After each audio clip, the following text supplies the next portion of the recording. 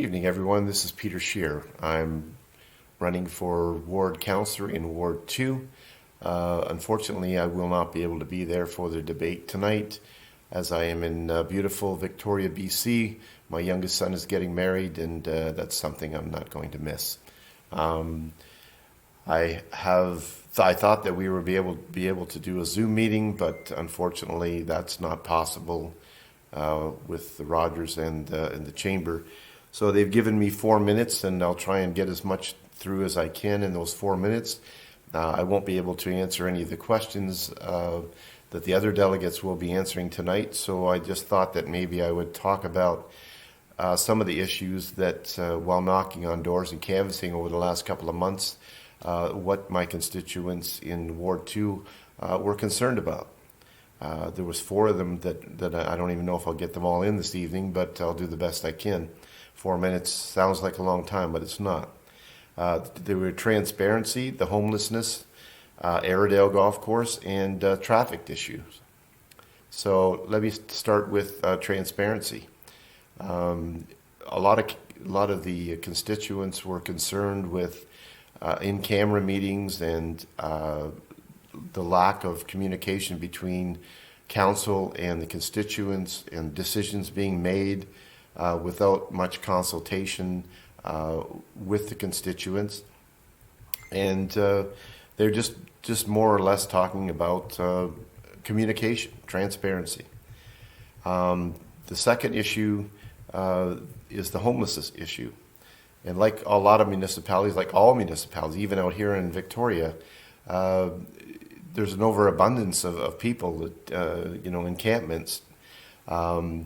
We need to come up with a serious plan. We just can't wait for the federal and provincial governments to just wave the magic wand and fix these issues for us. We have to do it and start the process ourselves, which takes the constituents, the council, even the county, the Six Nations, everyone. We need to do it as a group, but we definitely need to make sure that our constituents are part of that solution.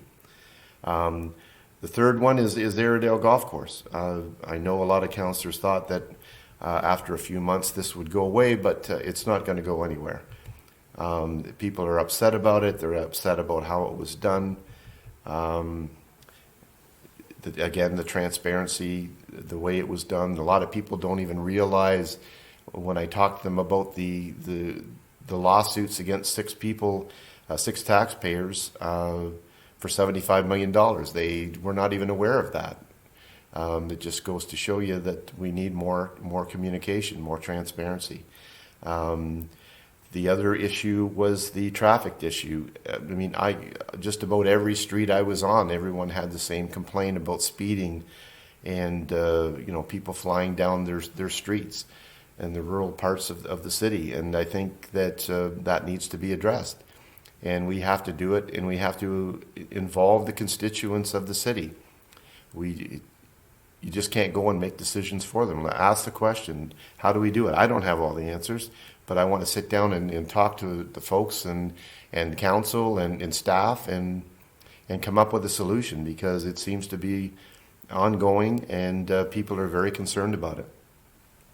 I'm just looking down at my counter here, and I'm already at 3 minutes and 54 seconds. So I just wanted to stop by and say and give you some of this information.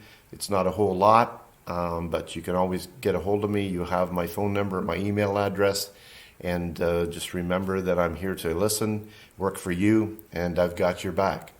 All the best to the other councillors tonight in the debate. All the best of luck, and we will talk to you all soon. Take care.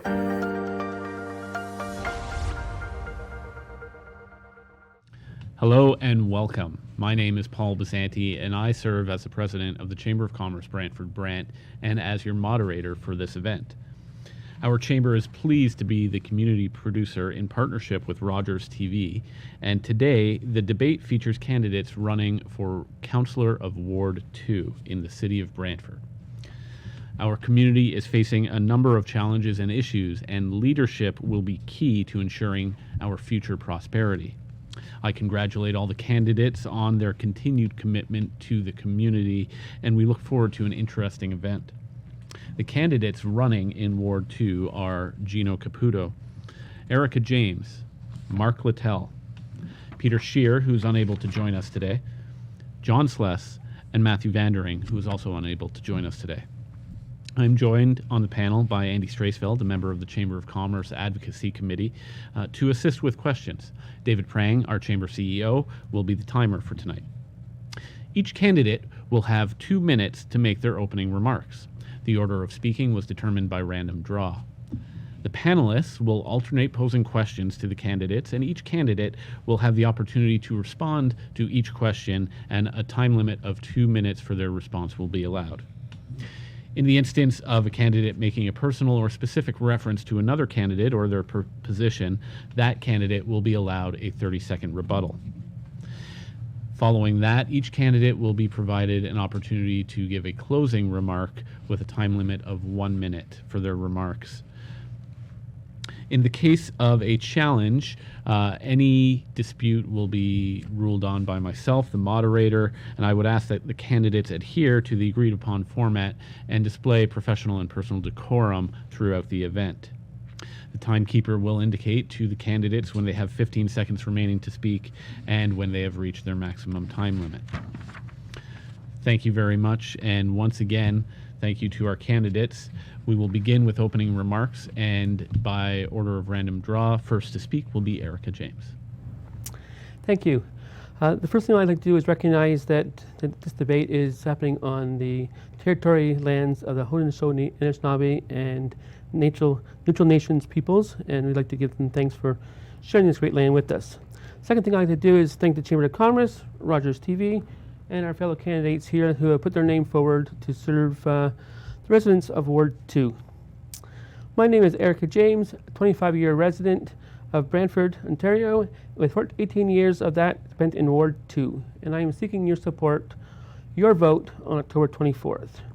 I've been a business owner for over 20 years and served on many boards and communities over the years. Currently, I serve on the Homedale Neighborhood Association, the Brantford Station Neighborhood Association, which is known as North Hill, Terrace Hill, as well as the Neighborhood Alliance of Brantford. You, the voter, have an opportunity this election to create a more balanced and diverse city council. As I envision a city council that represents the diversity of our residents, a community that is inclusive, prosperous, respectful of everyone, a Brantford where every voice counts and everyone matters. Please follow me on Facebook or Instagram at Erica Lauren James, and I look forward to meeting many more of you at the doors. So I knock on those doors and pop-up, and my pop-up meetups and greets throughout the ward. Thank you. Thank you. Mark Littell. Thank you, and thank you, President Paul, Andy, and Dave. Thanks to the Chamber of Commerce and Rogers for hosting this event. I think it's valuable for the community, and congrats to all other candidates who put their name on their ballot, which takes a lot of intestinal fortitude for lack of other. I'm Mark Littell. I've lived in this area all my life. I've lived in Ward 2 in the same home where I raised 3 sons, and I now have 4 grandchildren. They live in the ward, but unfortunately are not old enough to vote. I'm a small businessman in the community, selling party supplies and promotional products, and have employed many people over the years. I served on City Council for most of this area between 2006 and 2010, and am proud of my many accomplishments on Council. Some of these accomplishments include the south side of Colburn, funding for the Waterfront Master Plan, Southwest Recreational Plan. I pride myself in being a leader, but more importantly, a team player. It's important for Council to work as a team, or as I say, there is no I in the word team. I believe in this city, Brantford, and I also believe it's important to give back. I have volunteered and chaired many fine organizations that include Habitat for Humanity, Christmas Baskets, Food Bank, and the Rotary Club of Brantford Sunrise. I currently chair the Brantford Police Services Board and the Brantford Airport Commission. This election is important to the citizens of Brantford and also Ward 2. It has been recognized as a place to grow, and we are the envy of many other cities. Council in the next few years will have many challenges ahead of it, especially with a minimum of 4 to 5 new councillors coming on board. I have the experience, knowledge, and passion to meet that challenge. Thank you. Thank you. John Sless. Thank you. Ladies and gentlemen, both at home and here, Mr. Moderator, members of the press, and fellow candidates, good evening. My name is John Sless, and I am the councillor in Ward 2. During the last little while, I've had the pleasure of talking to literally thousands of you at your door, on the street, and wherever we happen to meet. You've had plenty to say, and I've been listening. My wife Irene and I have lived in the same home in Ward 2 for the past 37 years. Being Ward 2 residents, we face the same challenges and experience the same opportunities that you do. We're neighbors. Working together, we have made our area the city's best it can possibly be, and it is pretty darn good. I'm proud to tell people I'm from Brantford. How could I not be?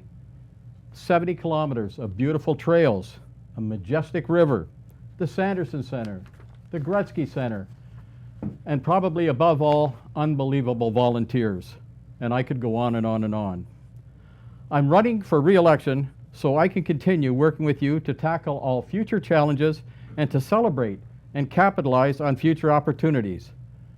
Tonight gives us the opportunity to have a healthy discussion on how we together can move forward as a ward and as a city. And I can tell you, I look forward to tonight's debate. Thank you. Thank you. And lastly, Gino Caputo. Thank you very much, and thank you for hosting us this evening. Good evening, and welcome, viewers.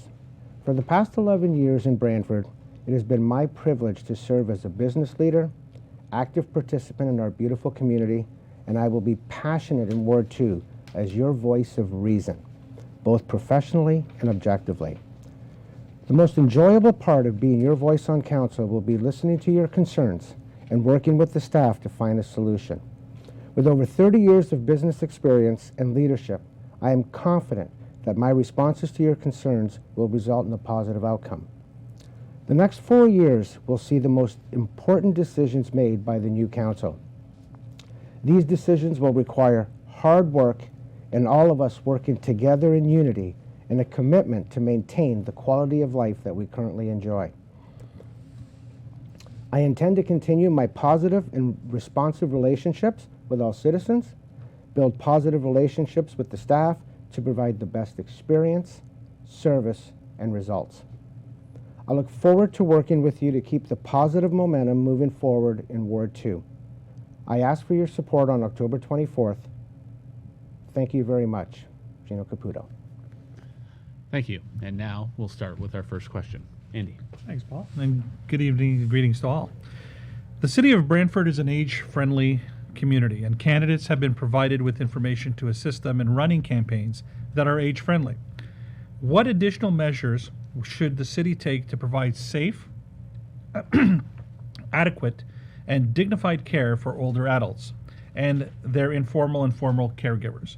What more can the city do to help our seniors age in place and concurrently support our youth to become leaders of an age-friendly community?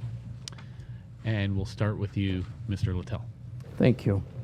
Well, I think that is one area that we are close to doing everything right. We need to take into consideration people's age. We need to take into consideration their mobility as well. They need to be able to get around. They need to be considerate, and more importantly, keep them involved in the community. The city has several programs that they offer for the age-friendly, and of which I'm one of them, and I use them when I can. But I think the city's doing a lot of things right, but I don't think we need to set it aside. Thank you. Thank you. Moving on. Mr. Sless. Thank you. Yes, the city has actually won awards for our treatment of seniors, being age-friendly. And I think that's important to point out. Again, we have a group of citizens in this community that have dedicated themselves and their seniors themselves, and I won't embarrass anybody by using names, but we have some of the finest seniors running the seniors programs and advocating for seniors. council shudders when that young lady walks into the council chambers, because we know we're in for a rough night if we're not agreeing with what she has to say, and what she has to say inevitably is the right thing. So we have that going for us, and I think we have a number. We have the Senior Resource Center. We again, run by volunteers.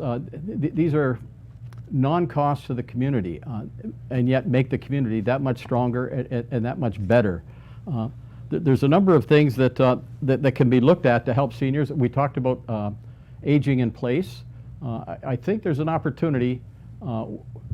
The tax system was not built to help seniors stay in their place, and they tend to get priced out of their homes. And I think there could be an opportunity where maybe they work their taxes on a sliding scale. As they get closer to life's end, the scale tips in their favor, and maybe the folks that have a long work period ahead of them can pick up a bit of slack to keep their parents and their friends that are aging in place in their homes longer. I think it's cheaper for the economy, it's cheaper for governments, and it's a happier person living in their own home where they're familiar and they feel safe. So all of these things combined, I guess I would underline again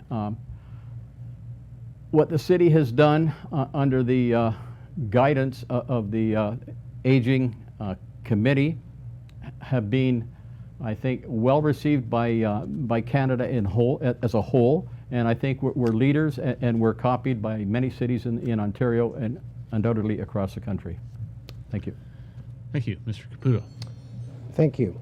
Folks, our seniors in this community, they're the salt of the earth. They've worked their entire lives to ensure that they're in a position where they are today. It's up to us as council, it's up to us as a generation of people upcoming, that we need to look after them in every possible way. We need as council to assess and re-look at what we have in place to ensure that we have homes, seniors' homes, and residences ready for these individuals to be able to go into when that time comes. We need to ensure that we look after them as a group. We need to make sure that we look after them because they deserve that type of right and freedoms. And I agree with John when he says something about when we talk about a sliding scale of taxes. They're certainly not in a situation where today's inflation rates are making sure that they're able to stay within their own homes and or be able to afford places for them to go to. So we need to visit that as a council. As for our youth, programs need to be established to ensure that our youth have an opportunity to get themselves ready for their future, with programs to volunteering, as well as opportunities for them to be able to find jobs, which there are plenty of in this city. And that requires all of us working together. Thank you. Thank you. Ms. James. A few things with the city that we do well. We have the Beckett Center. We have the Senior Resource Center, which helps seniors as well. But I think what really makes a community age-friendly is a sense of community for seniors, good health care, a place that seniors can volunteer, social interaction opportunities where they can get together and mingle with one another. It'd be great to have a lot of youth, kind of interact with seniors, because it gives the senior that little bump of energy, and that they feel youthful again when they're around younger individuals. We need a bit more transportation system, because as the seniors get older, a lot of them don't necessarily can drive, have mobility issues, so then they need to use the Brantford lift and various public transit. And we need some housing that seniors can afford. Like people are getting, kind of priced out of where they're living and so on. So we need to keep people in their homes and have rental units that are affordable for seniors. And seniors also need respect and social inclusion from the whole entire community and so on. And we also need to expand on our long-term care portfolio, so that when our community is aging, and so when we do have older residents, that they have somewhere to go that is affordable, and they'll be able to be looked after. Thank you. Thank you. Moving on to transportation, the signature advocacy priority of the Chamber of Commerce throughout its history has been the improvement of transportation infrastructure in our region. What are the key transportation infrastructure projects that you have led or are willing to commit to leading as a councillor in Ward 2? And we'll begin this time with Mr. Sleth. Thank you. Well, as many in the community know, there was a proposed crossing of the Grand River at the Oak Park Road extension, which was long in the making, but seriously flawed. And I think, well, there is a need to help folks, particularly in the southwest of the city, get from where they are to where they want to be, and typically that's the 403, because a lot of them are commuters and they're heading into places beyond. And I didn't support the proposal where it was to be the Oak Park Road extension was to go across the river. I think it was deeply flawed. In my opinion, you do not build 4-lane highways above cemeteries, and I would not support that, nor do I think anybody should support that. I think there are alternatives. We're currently speaking with the County of Brant to see if there isn't a way to connect the southwest into the Rest Acres Road, widen that road and get folks up in a timely manner to the 403 and get them on their way to where they have to get to. That will also take people across the east-west portion of the city. If they're going to the mall or they're doing something in the east end of the city, it will be a quick way to get them onto the 403 with a quick exit at Agreski Parkway, and they're where the new Costco will go, as well as the mall. So I think that's an alternative, but at some point in the future, there's no question we're going to have to cross that river at least one more time in the foreseeable future. That in and of itself poses problems between our neighbors not too keen on us doing that, to the logistics of doing it and coming out at a right place, assembling land, and having a solid plan that's environmentally sound and is not disrupting things that should not be disrupted. So I think in general, I think the vision ahead looks good. I think we're in a position that we have to do something, and we will be doing something. Thank you. Mr. Caputo. The past several weeks, I've spoken to a lot of people in traffic congestion, traffic movement, and traffic safety has been an issue with everyone that I've spoken to. We need to ensure that we're able to move traffic around the city of Brantford on a regular basis without having any disruptions in neighborhoods, safety issues for kids, and an opportunity for us to be able to have individuals who need access to the 403 to get to and from work in a positive manner. I think we, as a council, we need to sit down and view every possible alternative that is available to us to ensure that happens. We need to make sure that we have proper signals and lights to ensure that cars are turning in certain directions without having any issues for kids crossing streets, as well as disruption of traffic coming the other way. It's a huge partake in our community right now. It's certainly not going to be a cheap venture from a cost perspective. We need to address a lot of new revenue alternatives to be able to cost out this project, but at the same time, we need to make sure that we're able to move people around, and then in the community and in their own streets, we need to make sure that those individuals are safe. Thank you. Ms. James. Thank you. I believe that the Oak Park road extension is completely flawed, as John mentioned, and to basically go over to the top of a cemetery, absolutely wrong. I will definitely put forward a motion on council to completely remove that, because right now it's still an option for city council because it's only been deferred. So it's still sitting there in the wings so that the new city council could actually bring it back and then go forward with it. So I'm telling the voters right now, absolutely not. I will not be voting for it. I'll actually try to pass a resolution to remove it from the options of what we can do. But the main issue, because the BSAR 20, 25 years ago would have been a good idea, but that's long gone. I think now we need to collaborate with the County of Brant.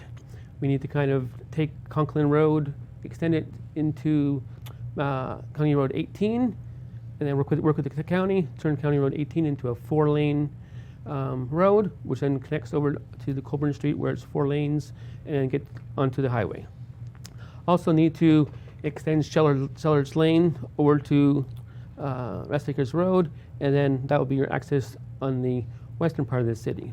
So in essence, we'll have a nice access to the highway in the western part of the city, and we'll have a southern bypass of the eastern side of the city to get commuters off to Hamilton, off to Toronto, where they're running off to go to work. And as for traffic, we need to kind of get better enforcement, because the speeding and the running of stop signs, just a lack of respect from drivers is astonishing here in town, and we need to get better enforcement and kind of get that to slow down. Thank you. Thank you. Mr. Littell. Thank you very much. We definitely need to, one of the first priorities on council is to have a look at how we can move people better. You know, the problem areas are Gretzky and Clarence, Brant Ave, and King George Road. I know that there's other cities that are involved, and one of those areas will be enforcement, especially from a parking perspective. But, you know, I know that everybody else has mentioned this, but I was advocating as early as 2008 for a southern bypass, which is the only route to go. The difficulty would be without the province participating. So one of the first things I'd like to do on council is to create a committee to go to the province and work with the County of Brant and work with the Six Nations on how can we do this? How can we get this done? Because traffic is just getting out of control. We're almost at Toronto times to move from one end of the city to the other. I was late coming in here today because of the traffic on West Street. That's my fault, but anyway. The other thing we got to take a serious look at is Via and Go. The Go comes to Brantford now with the bus, but a lot of people won't use it. They drive to Aldershot to get on the Go train there. So the Go would be easy to have an express route like they do from Kitchener with maybe not as many stops, so you're not going to spend 2.5 hours on Go. And Via used to have a late night train and an early train, and they've stopped doing that, and they've started catering just to the business community. There's other people that want to go in for other reasons early in the morning and come back later at night. So definitely work with the federal and provincial governments and our representatives to expand Via and Go. Thank you. Thank you. Moving on. Andy. Thanks, Paul.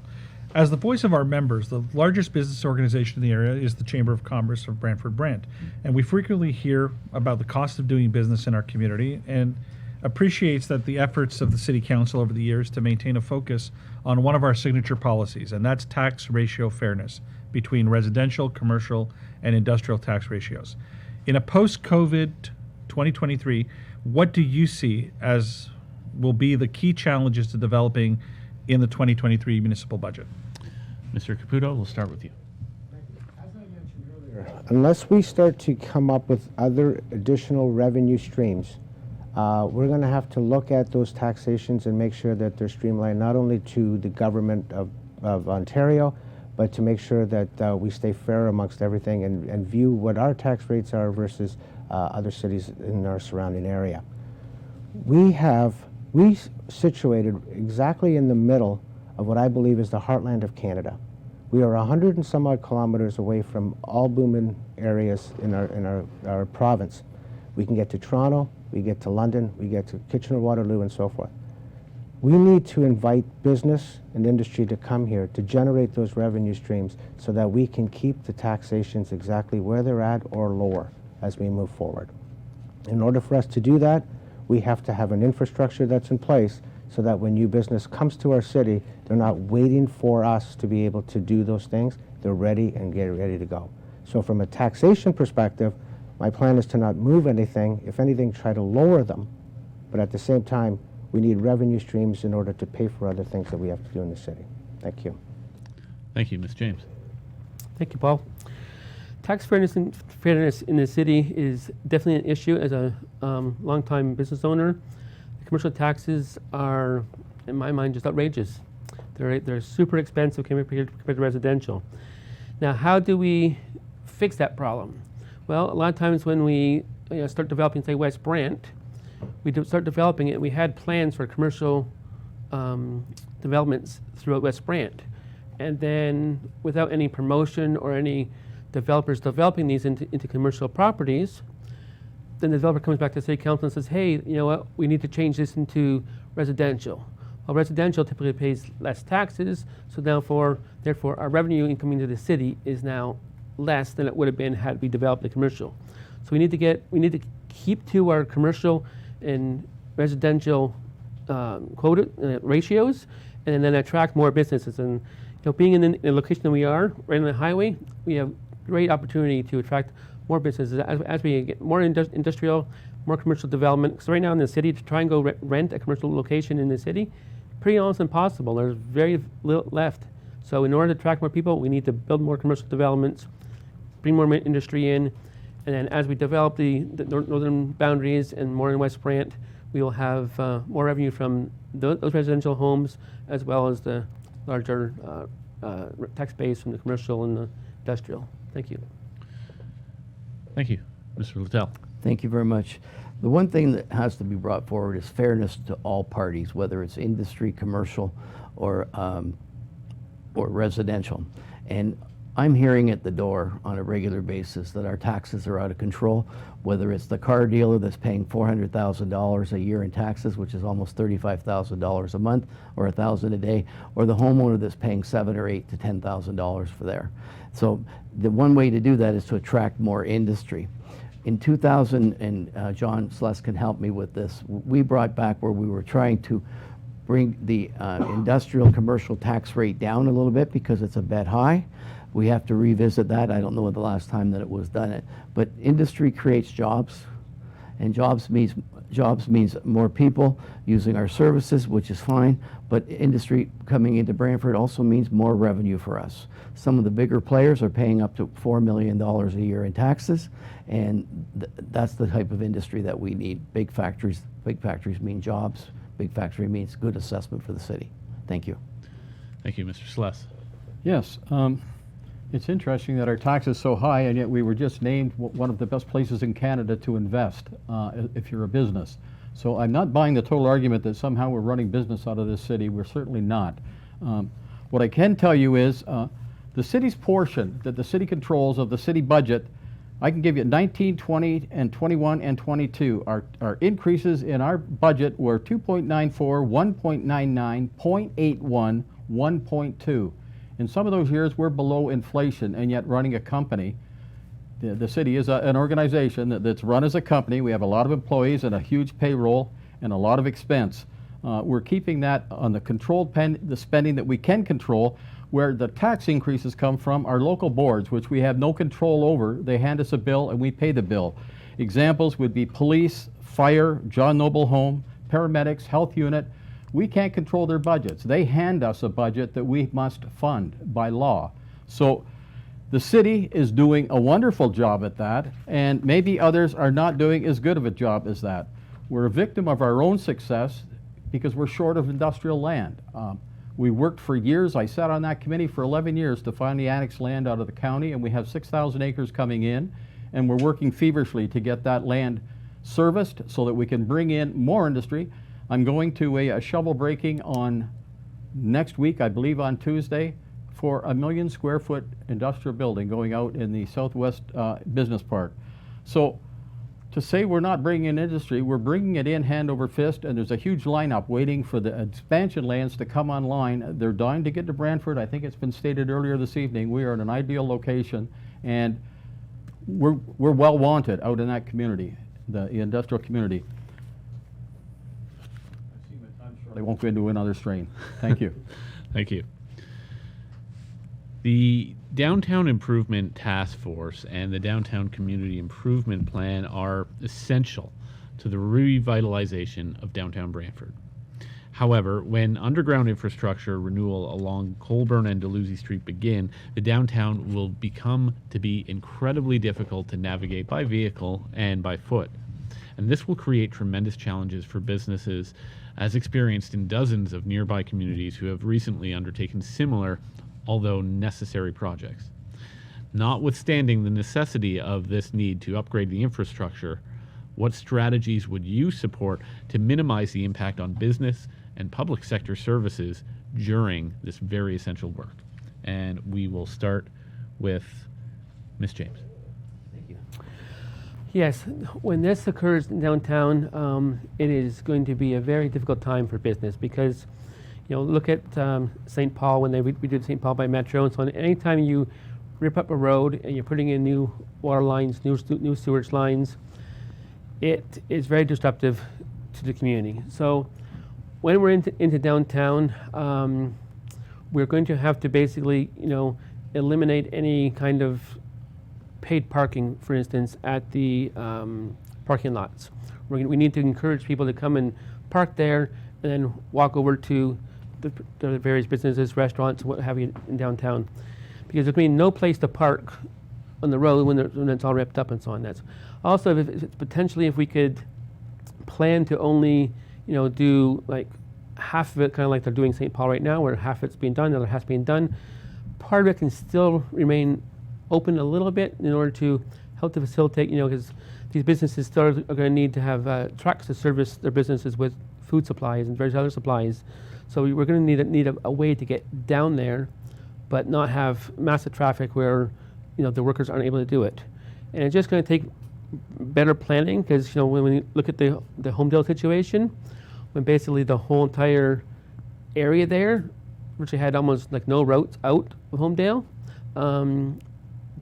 we need to better plan and make sure that when we're doing this, we're not doing too much at the same time, so that drastically affects the residents. Because residents can't move their businesses out of town somewhere else for 6 months, a year while it's being done. So they need to stay there, and business is tough as it is downtown. So you're going to need to get people to come downtown to continue to shop and participate in business. Thank you. Thank you, Mr. Littell. Thank you. I believe the downtown is the heart of the city, and it was allowed to decay for 45, 50 years.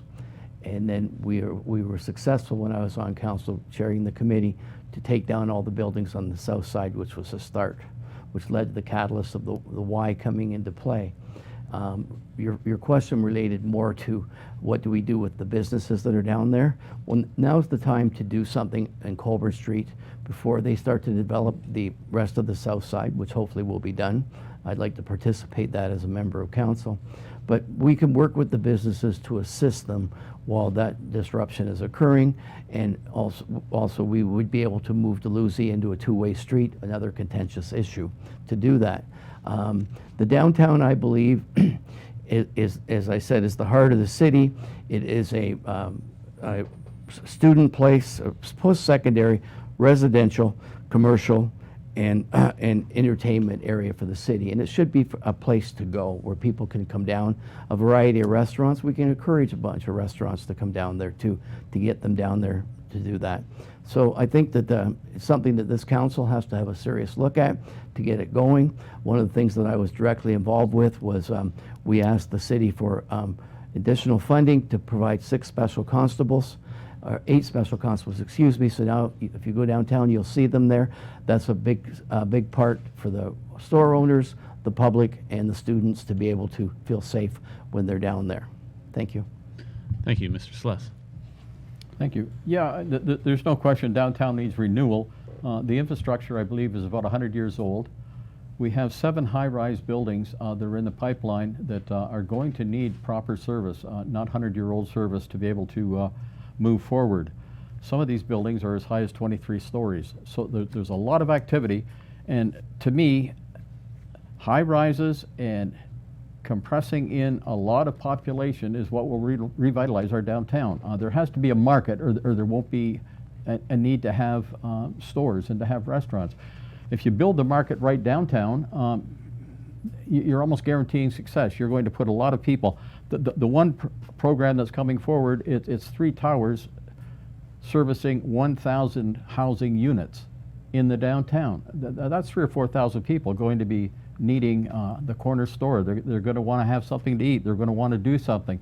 All of that will happen downtown. We have Laurier, who's spending a lot of money at One Market, turning that into a very good financial, or rather educational institution. As far as the current people that are downtown, I think there's light at the end of the tunnel. Construction by its very nature is disruptive.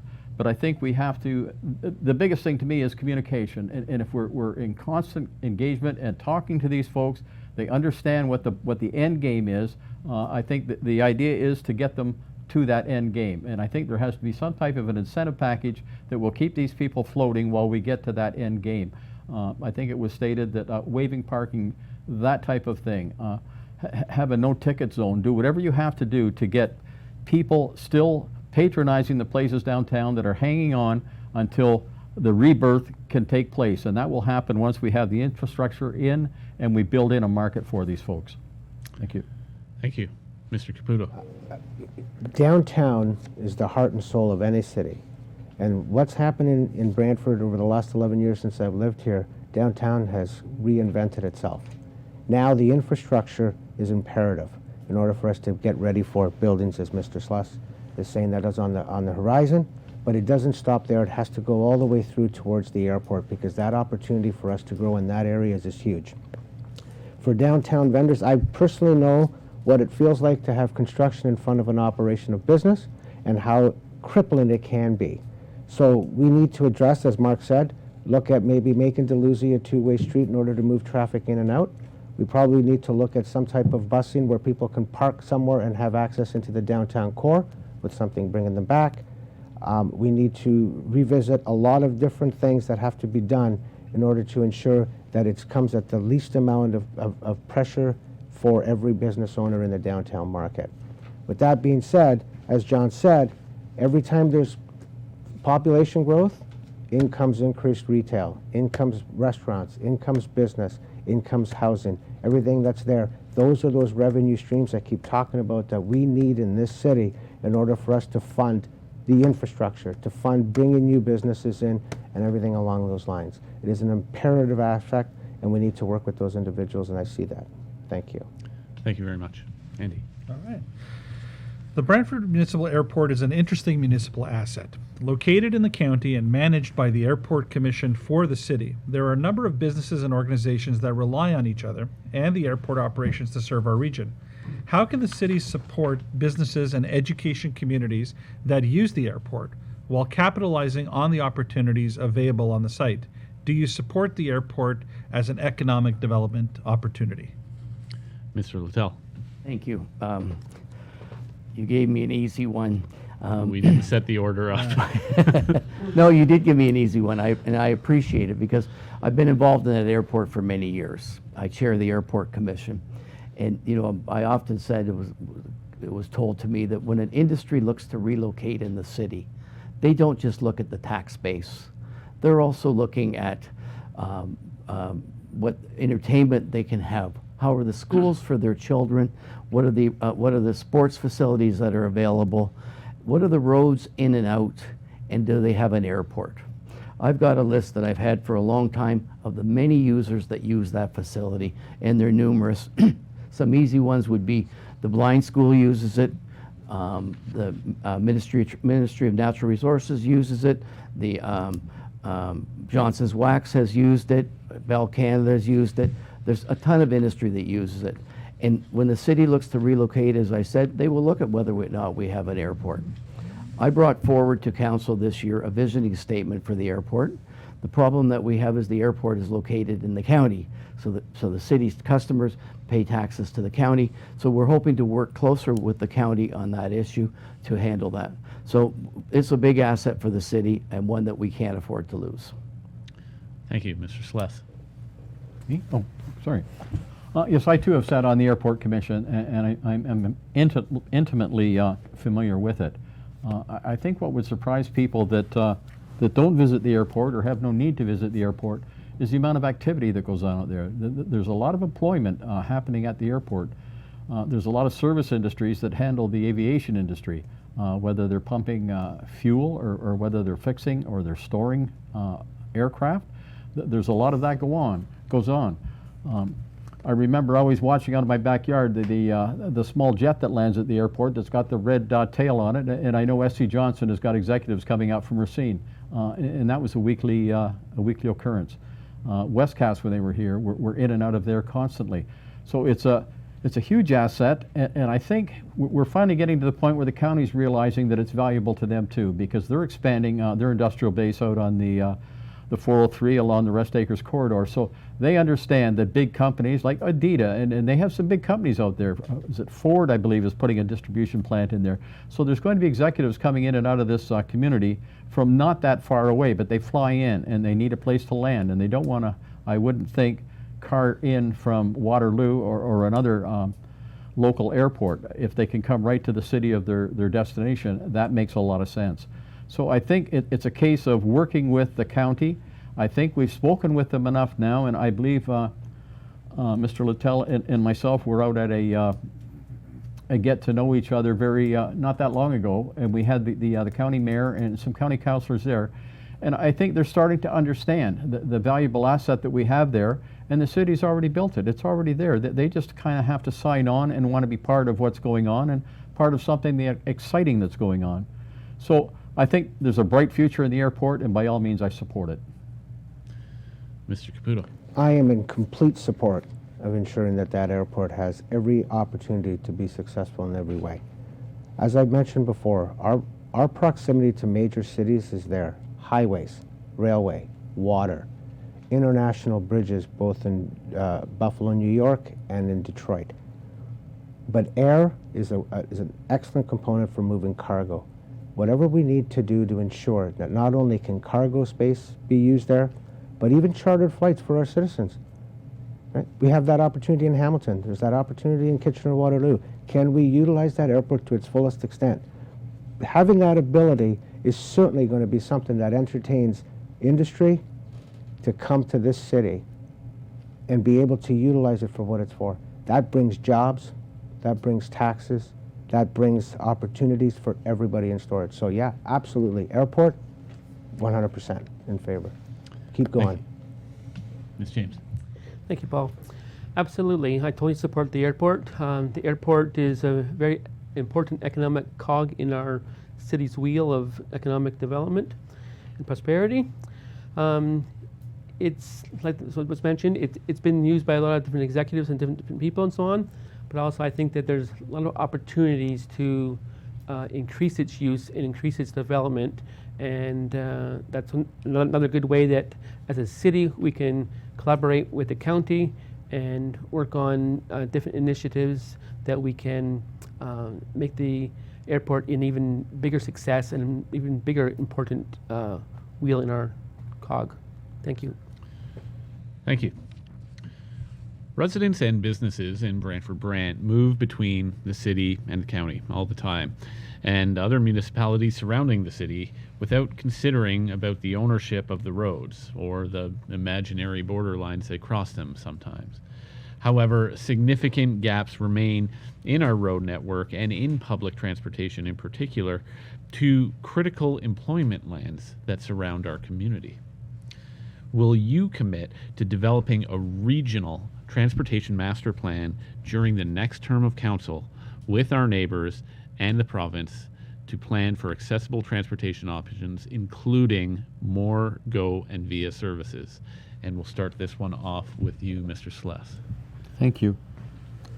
It takes two people to dance. The county's door is being knocked on constantly by the city, wanting to create a regional transportation master plan. It's unfortunate that currently we independently each do our own planning. It doesn't make sense. Again, I think they're coming around to our way of thinking. When you see silly things like the Wayne Gretzky Parkway dead-ending into a field, and you go, well, that's a good design. Well, it's not a good design. But there was no talk on the other side on how that could all connect. And luckily now, the city has taken in that in the expansion lands, so now that road will end up going out into the to Governor's Road, and it'll make sense, and it'll get you to where you want to get to. As far as the GO, I think you mentioned the GO train and how we're going to do that. Yes, I was with actually Mayor Chris Friel when we finally got permission from, I believe the minister at that time was Del Duca. He was the Minister of Transportation for Ontario, and we finally got a yes to get the GO bus here, which you have to eat this elephant one bite at a time. We now have the GO bus here. The rail is already here. The lines are here. It's just a matter now of convincing them that it's a viable economic endeavor for them to embark on. And I think that will become a big focus in this next term because, as I said earlier, we have a lot of folks relocating here from the GTA area, but they're still working in the GTA area, and this could really cut down on traffic within the city if we could get people commuting via a big green train as opposed to using their everybody using an individual vehicle. So that is a focus for the next term for sure, and I will certainly be an active part of that happening. Thank you. Mr. Caputo. I am full support of Brant County as well as Brantford to work together in the transportation of busing between the two cities. I currently employ a lot of individuals who live in Paris and don't have any other way to come into work other than via their vehicles. So something that can marry up that way, and we certainly have a lot of people coming from Brantford that are going that way as well. So that should be something that should be definitely addressed in this city's council for the next 4 years, and to make sure that that is a go. As for the GO train, I'm sure that's a Metrolink situation, but I agree with Mr. Sless 100%. We have railway going through this entire city. There's absolutely no way that we shouldn't be part of that growth process for GO, and certainly be able to move people to and from. There's several individuals I know that live in the city that are transporting themselves to Aldershot on an ongoing basis, and that should be something that we need to have for our citizens here. The great thing about bringing GO to the city is if you look at what's happened to Cambridge in their growth of having GO train or the services go to there, and then you look at Aldershot, everything that surrounds that entire area is all about business growth, from housing to retail to everything. So we need to come up with a way to be able to get that pushed along further, because as Mr. Sless said, there's a lot of people moving into the city that need access out of it. So, thank you. Thank you. Ms. James. Thank you. Yes, absolutely. I would totally support a regional master transportation plan. It's been an ongoing thing that's been in discussion in the city and the county for many, many years now, and it's probably finally time, as our populations continue to grow. Like in this general area, we're going to be up to like 160 in our city in 2040. And I'm not sure how but we're probably going to be closer to 200,000 people in this general region and so on. So we definitely need to have a regional plan. And then, like I said earlier today, with the southern bypass of the city, that's going to include working with the Brant County and the province in order to get that to happen, in order to get the people from West Brant to and from the 403 in either direction a lot faster. Also, definitely it would be good to have some kind of cooperation between some kind of bus service that would go from Brantford out to Brant County and into Paris, in order to get people back and forth very easily. And then the GO train, we definitely need to get the GO train, but that's going to be like a very baby steps at a time, because the GO train is not going to give us, okay, here's the GO train. You know what? We're just sending a train back and forth, and when it's 20% full, they're going to start off slow. Then we need to prove to Metrolink and prove to the province and prove to the GO train that we have people who are going to use it, so we need regular service morning and night in order to get residents to and from the city. Thank you. Thank you. Thank you. Mr. I would definitely be in support of bringing to council a regional transportation master plan that would include Simcoe, Woodstock, Cambridge, and Hamilton to get the people out of here. We do have major traffic problems with people trying to get out of there, and as I had alluded to in my previous question, was to having GO increase its train service. In 2008, I created a committee to start to bring GO to there. I can't remember who was on the committee with me, but Dave Levac was definitely involved, and it was the catalyst, I think, that got it going. But we need to work with our MPP on that, and I think he would be amenable to that. We also need to work with our MP, who has somewhat influence with VIA, and getting them to increase. But one of the things that's going to happen is they're going to have to look at an express trains, because if otherwise, when you go from Aldershot to down to Union Station, it's an hour and 15 minutes. A lot of people just say, well, I'll stay in my car. So if we didn't have to stop at every location, it would be more significant. But definitely working with the mayor's committee with other people to talk about that. The more people you have involved, the more municipalities you have involved in a lobbying group, the more things will get done. And sorry, I had one more thing since Dave didn't hold his hand up there. The one thing that needs to be brought back seriously is the 424. That's another problem area, 24 highway coming north and south. There's no reason to get that going. And there is no way for the students to get from Kitchener, Cambridge to Brantford without going through Toronto or Hamilton to get down. It's horrible. Thank you. Thank you. Andy. All right, so sticking with economic development. The city's economic development portfolio is diverse, and it includes more than just traditional commercial and industrial sectors. Arts and culture, heritage, and tourism sectors are economic drivers. What would you do to enhance the city's commitment to arts culture, heritage, and tourism. Mr. Caputo, we'll start with you. I believe, as a whole, we don't spend enough money on the arts. I think that we need to ensure that Glenhurst is utilized to its potential. We need to look at museum. That's not just our Bell Homestead and Myrtleville House, but putting something together that is going to enhance the city's image as well as bring people into the city.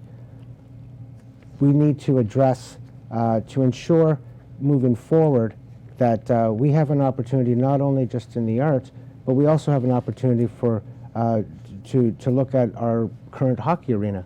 What are we doing with that? Where's the potential as we move forward to have this city with over 100,000 people look at opportunities that way and from a junior A hockey team? It's always been a vision of mine looking at that forward. But more importantly, from the arts, it's definitely something that we need to look at. We need to utilize the Sanderson Center on an ongoing basis and show how beautiful that place is to people. And then that'll just start generating revenue for restaurants and everything that's going to happen within those areas. So I'm a strong believer in the arts, always have been, and I want to do everything possible to make sure that that gets looked after. Thank you. Ms. James. Thank you. The arts and culture industry is actually a pretty big economic driver in our city and so on. Sanderson Center has shows all throughout the year, which brings in people. They spend money at restaurants, they spend money at hotels, and then they stay overnight. So we definitely have to promote the arts and culture sector in our city because it's an economic driver. We also, there's been plans for a long time now to create a smaller venue for like all these various clubs in the city who can't afford to rent the Sanderson Center. So we finally need to get a city-owned. I'm pretty sure Laurier is creating something like that at the one market, but we need a city-owned event that we can, be able to have smaller groups rent. Also, when we developed the Airedale Community Park, to put in a amphitheater, in there somewhere where people can play music and so on, and people can come and watch and participate in more culture, more arts and music and whatnot would be very important to do. Thank you. Thank you. Mr. Littell. Thank you. I think that the Economic Development Department over the last few years has been strengthened in a strong way, as you had alluded to them, all of the departments coming in and all the marketing there. Obviously the Economic Development Department, the big thing is to attract more industry. And, there's a lot of factories have opened up. Unfortunately, some of them have been warehousing, but the other ones will come along with that. The arts and culture part of the economic development part, a definite. My background is Dutch. They have more museums per capita than anywhere else in the world. And we have a lot of museums. I can't remember the number. I think it's 23 places like that in Brantford to go see. We need to strengthen the Sanderson Center too. When I've showed it to people in the past, they can't believe what an asset we have. And one of the areas to do that might be working very well with the casino to put shows on together and work with them. We have a great opportunity there. Thank you. Thank you. Mr. Sless. Is that me? Sorry. Yes, we actually do have agreement with Laurier to put a mid-size performance theater upstairs in One Market. They're working on that now. We signed an agreement with them. I sat on the committee that reviewed. We had a number of potential sites, one of them being at Glenhurst in the lower parking lot. It became impractical from a servicing point of view, and financially it was extremely expensive to take that on. But to get something up and running that's going to be good, we have to partner with somebody, and Laurier was a very willing partner. It fits into their curriculum, and it also fit into what the city's need was. So as I understand it now, being involved in it, we will set up a fund where the local groups that are putting on plays, and they don't have storage facilities, they don't have practice facilities, that they're lacking in a lot of things they need to get their finished product out to be able to sell tickets to actually recoup some of their expenses. That is all being worked on and will be housed at One Market downtown. The city will have to set up a fund that'll come through at the estimates committee probably this year, whereby we offset. Laurier can't give it to them free. Laurier has expenses, and they can't be into their pocket all the time to be covering for city expenses. So the city will be granting money to Laurier, and in turn Laurier can lease back space by these community groups that can't afford the Sanderson Center, and they can get in there at no cost and do their thing there and have storage space for their sets and costumes and all the things that they need. As far the sporting community, we have an unbelievably successful sporting community. We have stellar facilities, and we attract from Europe and from around the world in hockey tournaments and those types of things, which is great tourism for the city. So all in all, we're doing very well sports and cultural wise. Thank you.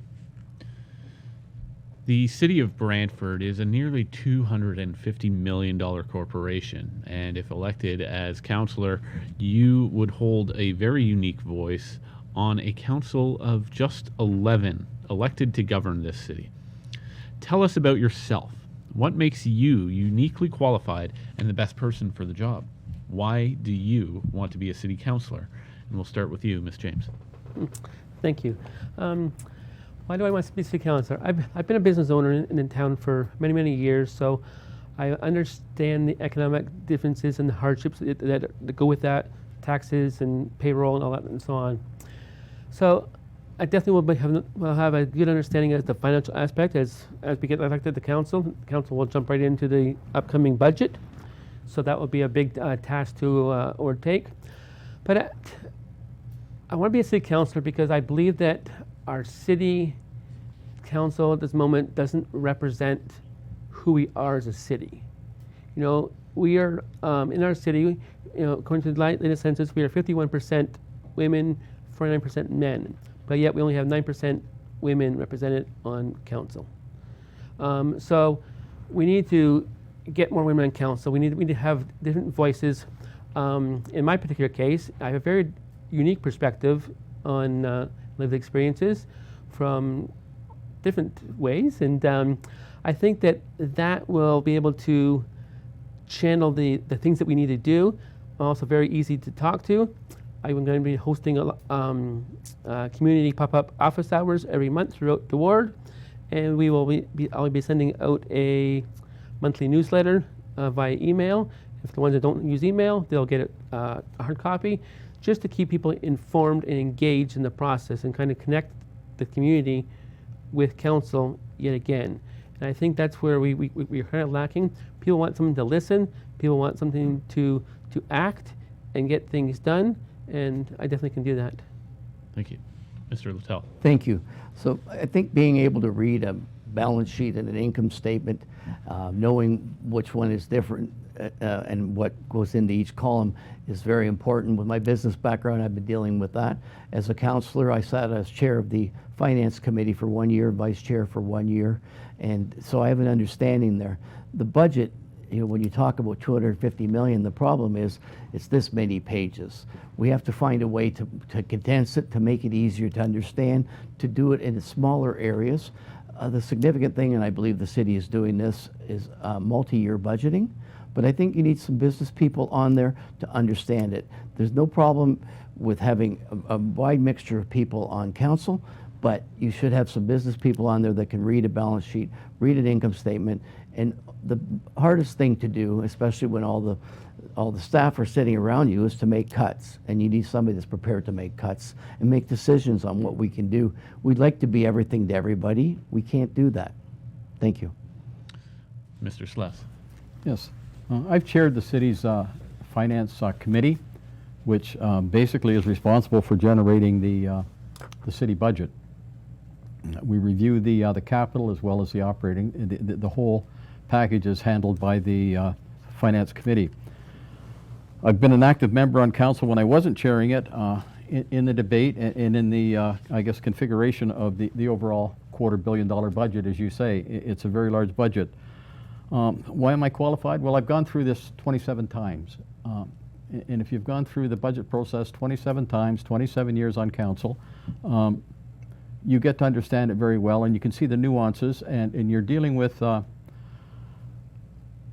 such a large budget, with such a diverse amount of departments, and understanding each department and how one department interacts with the other, and how those things work together is a challenge unto itself, forgetting the financial end of it all. I think it's time for experience on this council with the period that we're in as a civilization. To me, the population is very angry. I don't know whether COVID brought it on. I'm not sure what brought it on, but there are a lot of radical, strange voices out there that are yelling and getting people's attention. And I think it's very, very important at this time in history that we have very stable, very guided hands on the lever of the ship that's guiding this city. And it worries me that we could very easily go sideways. And I don't want that to happen to the city that I live in and that I love. And that's one of the compelling reasons that my name is on the ballot again this year, because I think it's very, very important.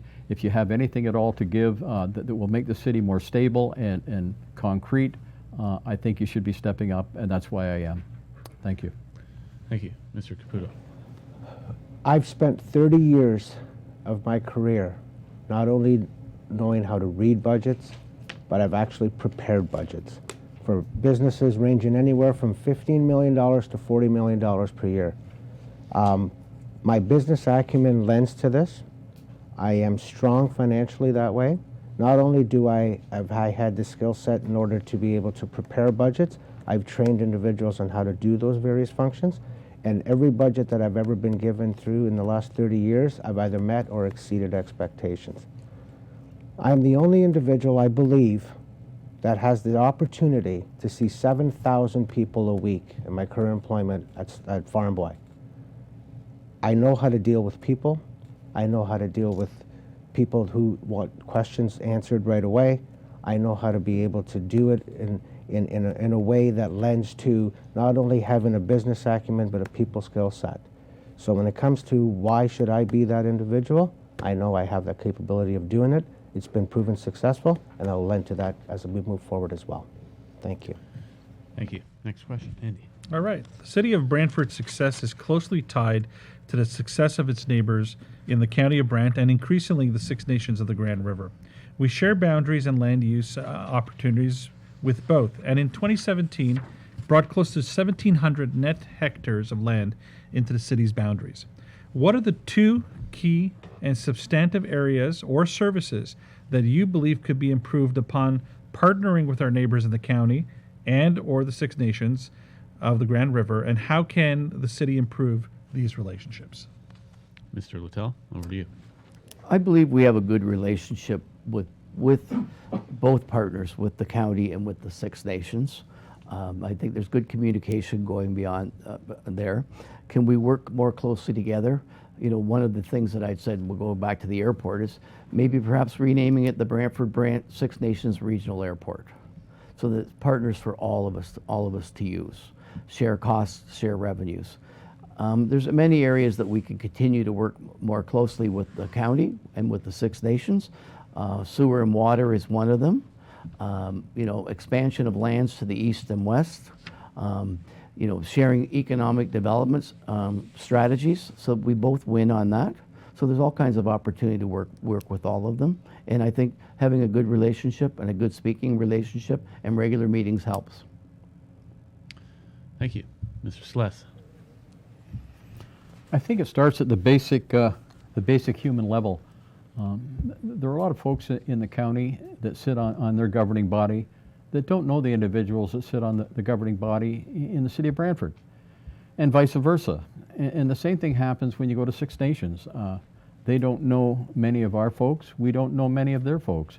And I think the place to start is socially getting together, whether it be a tri-government 3 times a year. I wouldn't call it a social, but just simply a barbecue. Something where you get together, not as political people, but as neighbors, and you get to know one another. You understand where they're coming from. You know they're married. You know they have 2 kids. On that level, I think we have to get to know each other and get to know each other better. I think that would go a long way in solidifying a good working relationship. As far as the county goes, we do many things together now. We do social services together. We run the ambulance system together. We operate the health unit together. We operate the John Noble Home together. We're looking at joint planning and master transportation plans together. In the agreement that we signed with the county and the, although they weren't a party, they were certainly an observer, the Six Nations, there's a clause in there that does compel the city, the county, and the Six Nations to take on a joint project together to be determined by the three parties in unison. So I think that's something that's coming forward. And I think that, again, will go a long way. Six Nations always wants to be thought of as being productive, being inclusive, and being part of whatever is going on. And I think that's important because they should be.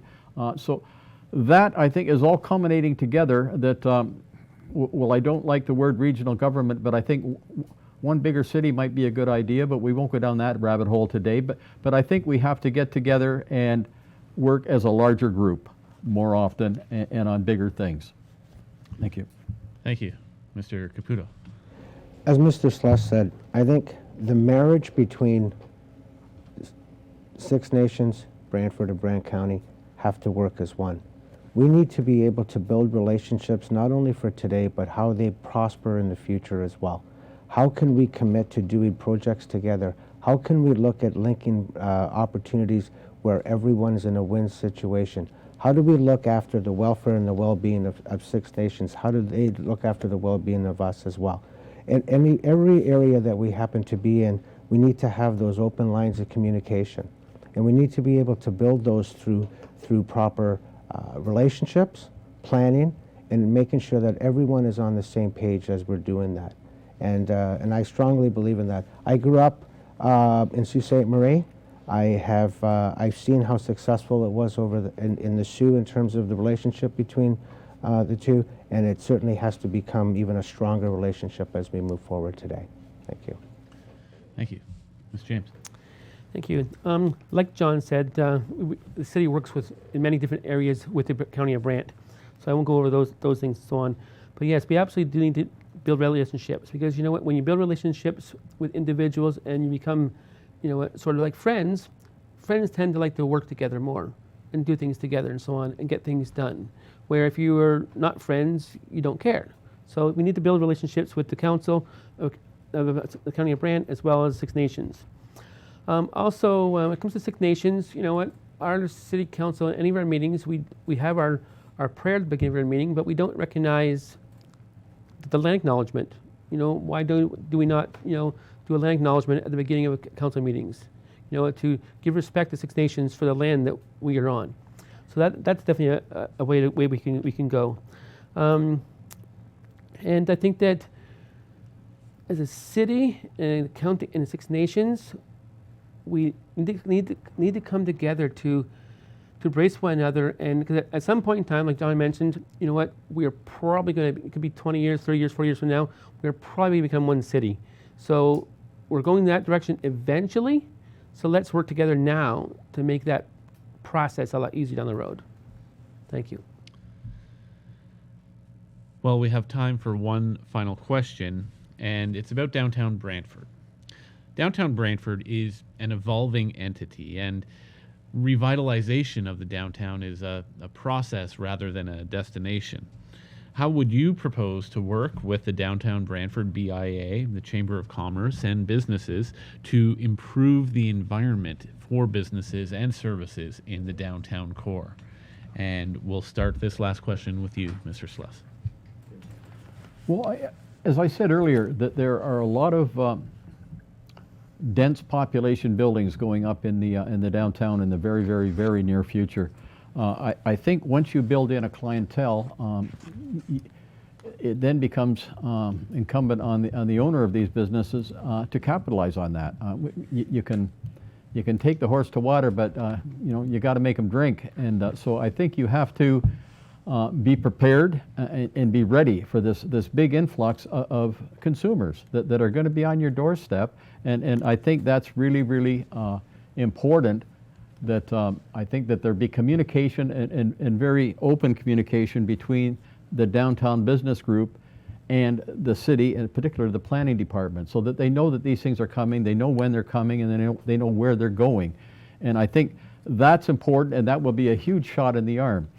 I think the more you fill the space with consumers as opposed to people just passing through or taking a break downtown and sitting in various places and not seeming to want to move anywhere else. You build a sense of security downtown. It was mentioned earlier, we've got 8 special constables coming. We're working in that way. We have private security that looks after the city facilities, city-owned facilities. That's all they're allowed to do downtown. But the special constables, well, they're not there to do arrests and rough people up and do that type of thing, but they do create a sense of security, and they do allow mom to take the kids to the library, and they do allow students to feel that they can go from one building to another and not feel threatened. And I think as we continue to build in a clientele of residents that live downtown, that live in these new buildings, what you're going to see is maybe the folks that are making you feel uncomfortable downtown start to be feeling uncomfortable themselves because they're surrounded by normalcy, and I think that will really enhance the opportunity for success for the businesses. Thank you. Mr. Caputo. As I mentioned earlier, downtown is certainly an area that we need to look at. It defines the city. A lot of downtown areas in most cities are no longer viable. Not a lot of people go down there. But I think our downtown has certainly made a transformation over the years, and I only see it getting any better as we move forward. Increased homes, increased building, infrastructure that's going to make things even easier, and the fact that we can revitalize downtown just for the fact of making sure that people feel safe that they're going down there. The increased constables, all those things that are happening down there are certainly areas that we need to move forward with as a city. We need to make sure that people feel safe when they visit there. We have the YMCA down there, which I don't believe is utilized enough. We have the library, which I don't believe is utilized enough. And there's a reason for it. So we need to be able to get ourselves in a situation where people know it's safe, but at the same time know that the future is going to be bright for us in the downtown core. With that being said, I've seen a huge transformation over the last 11 years, and I see it even getting better as we move forward. Downtown should define who we are. And the quicker we get there, the better it is for everybody involved. Thank you. Ms. James. Thank you. Yes, the downtown core should be our economic heart of our city. It has grown leaps and bounds since in the last 10, 12 years. Universities come into town. That's made a big difference. We've done other things to bring down in more businesses. You know, after this, the streets are redone, all the infrastructure is redone, and the whole different landscape is going to be more walker friendly. That's going to make a huge difference for downtown. But we also have to consider safety. Why do people not go downtown? Generally, they don't think it's safe. So the 8 special constables will definitely make a difference.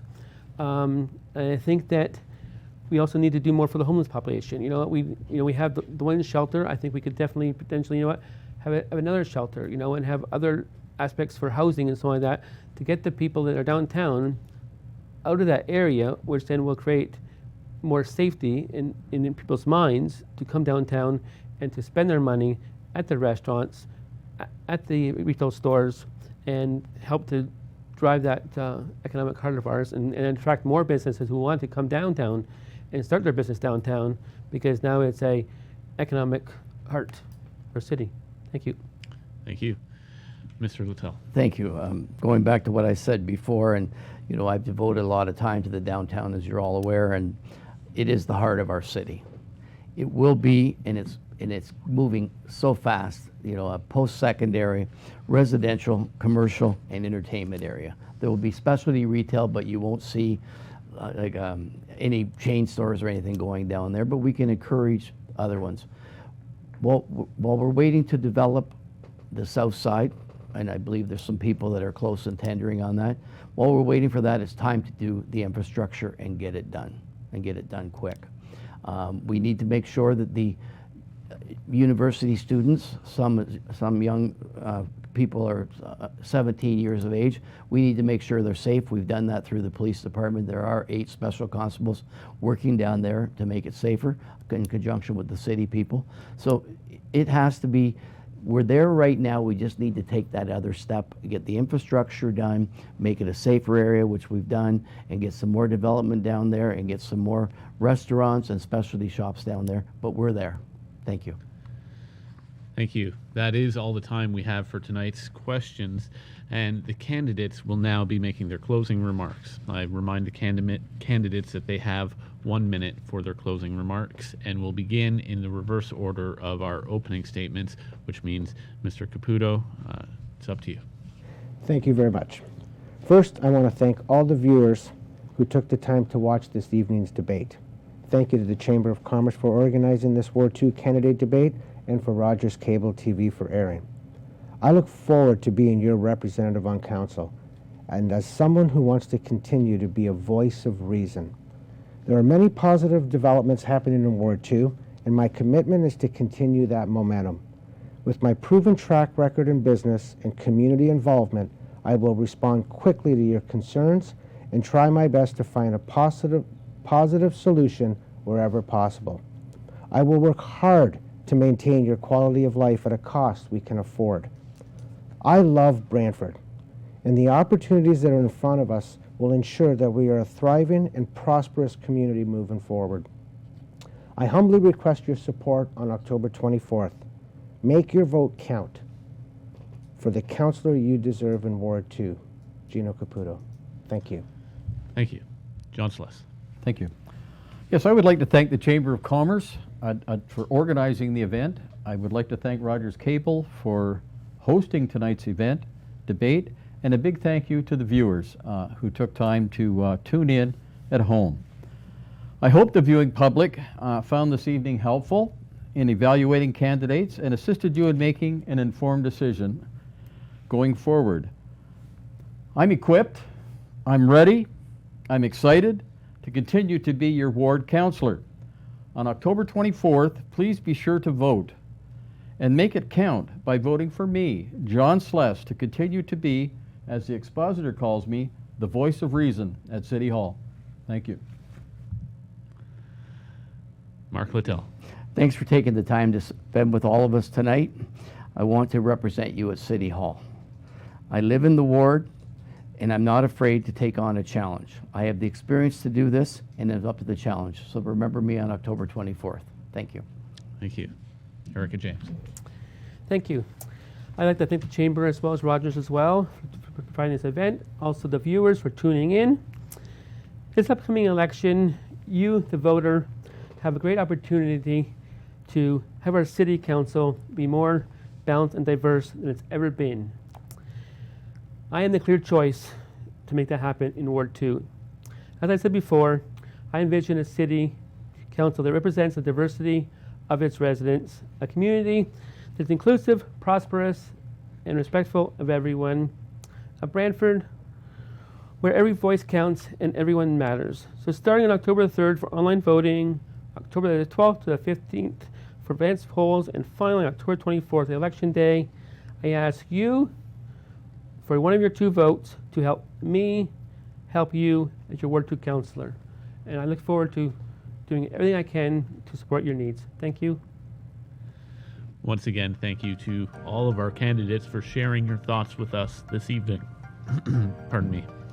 I'm sure that today's discussion will be of great assistance and of great value to the residents of the city of Brantford, and will be very important in helping them make their decision on October 24th. We want to thank Rogers TV for partnering with us in preparing this community program with the Chamber of Commerce, again, as a valuable service to the community. All of the City of Brantford municipal election debates will air numerous times on Rogers TV until Election Day, and will also be available on Rogers TV's YouTube channel, as well as the Brantford-Brant Chamber of Commerce's YouTube channel. Thank you so much for joining us tonight. Please exercise your right to vote online beginning October 3rd at 10 a.m. or in advance polls through October 12th to 15th, or on October 24th in person beginning at 10 a.m. and polls closing at 8 p.m. And thank you for joining us today. Please make sure to join Rogers TV for election night coverage, and have a great night.